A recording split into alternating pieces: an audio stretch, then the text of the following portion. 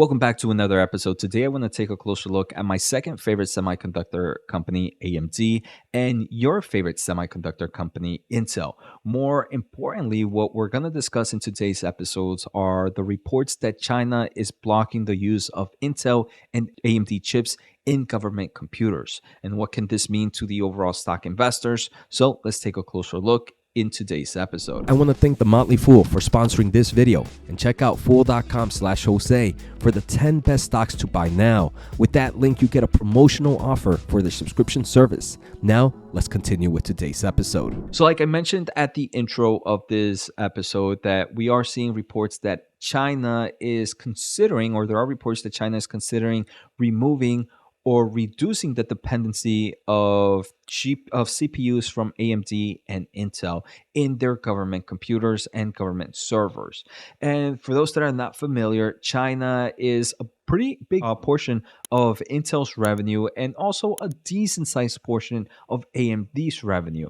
So obviously, if you are an investor and you see kind of headlines like this, you start to worry, hey, what does this mean for us as an investor? And when I first started to kind of think about this headline, I started to think of things in two ways. The first thing I'm thinking is, why is China doing this? And obviously, China is trying to improve its own reliance of its own semiconductor solutions, especially after the United States has kind of created these regulations for AI chips. So you can't send the top end chips to China from NVIDIA.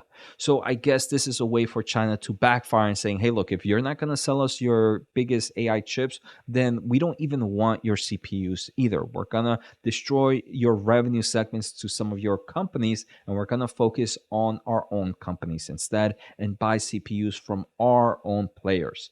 And I want to say the first thing it tells me is it's kind of weird, right? But it showcases how strong the AI market is and how strong the AI chips are from NVIDIA. Because in China is not really kind of finding too much alternatives to the kind of performance that we're seeing with NVIDIA's H100. But by them doing this, it seems that they are confident to some extent that they can find replacement to Intel's and AMD's CPUs. So it tells me that, hey, look, maybe the gap in technology difference between CPUs from United States companies and China companies is not as big as the gap between AI chips from like NVIDIA's H100 to some of the Chinese competitors. Before we go any further, I just want to say thank you all for the amazing support we are getting in this channel.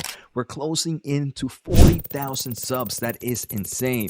So if you haven't and you are enjoying the content, make sure to hit the thumbs up and the subscribe button. Finally, if you want to support this channel a little bit more, check out my special offer at fool.com/Jose. Now back to today's episode. So that's the first thing it tells me. The second question I had in my head is, how big are these markets for these two players? So the first thing I wanted to do is take a closer look at the 10K report for AMD. So for AMD in the full year of 2023, the company made roughly 22.6 or $22.7 billion. Out of that 22.7 billion, roughly 3.4 came from China. And one thing to remember is, right, AMD provides a lot of different solutions for CPUs, not only for the server market, but also for the client market. So we have to take a closer look at how this Chinese news evolves. If it's just for the server market, this is probably not a huge revenue breaker. But if it is kind of server CPUs for both server and client, it might be a little bit bigger because the client market does have a nice portion of its overall revenue coming from China. At the end of the day, right, it seems like it's only impacting the government side, which again is probably a smaller portion compared to the overall consumer side. But it can kind of showcase that, hey, look, if China wants to play to some extent here with reducing its dependency of United States chip companies, at the end of the day, maybe in the future can say, hey, look, we don't even need CPUs for the client market. So that's a risk that's always been on the table here for AMD and Intel. Now for Intel, we can see that the Chinese market is a lot bigger. In 2023, Intel had roughly $54 billion in total revenue, and roughly 15 billion came from China within itself. So we can see that dependency of the Chinese market is a little bit heavier for Intel.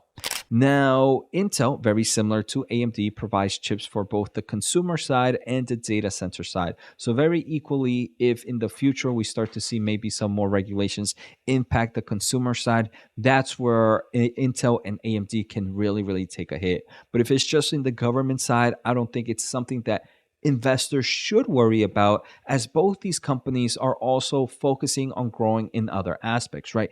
Intel is really focusing in the manufacturing side, and that's where I believe most of the revenue growth is going to be coming from in the upcoming years. And AMD is focusing on the AI accelerator side, the MI300X, and we have heard from AMD in the past that this is going to be their biggest growth drivers. So as long as both those companies continue to focus at their future growth driver solutions, then this news is not something that I personally would worry about.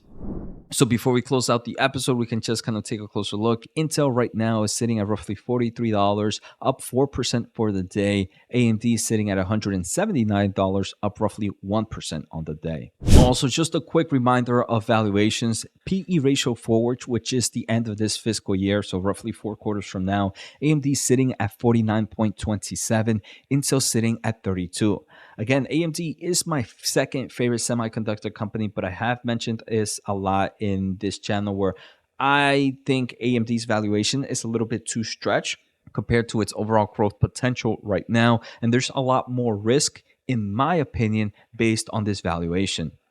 If we take a closer look at forward 1 year, which is the end of next fiscal year, so about 8 quarters from now or 2 years from now, AMD is sitting at a PE ratio of 32.7, Intel sitting at 18.77. So it does seem like the market does expect AMD to grow at faster levels thanks to its MI300X, and maybe the market is being a little bit too conservative on Intel's manufacturing endeavors and also maybe their AI accelerator endeavors, where I covered in a previous episode. So make sure to check that out.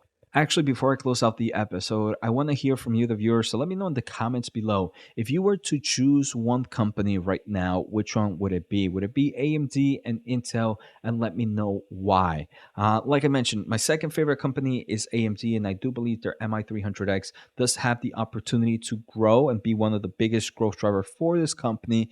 I don't believe it's going to be as big as NVIDIA, but it definitely has that growth opportunity. But Intel is sitting at those pretty great valuation levels.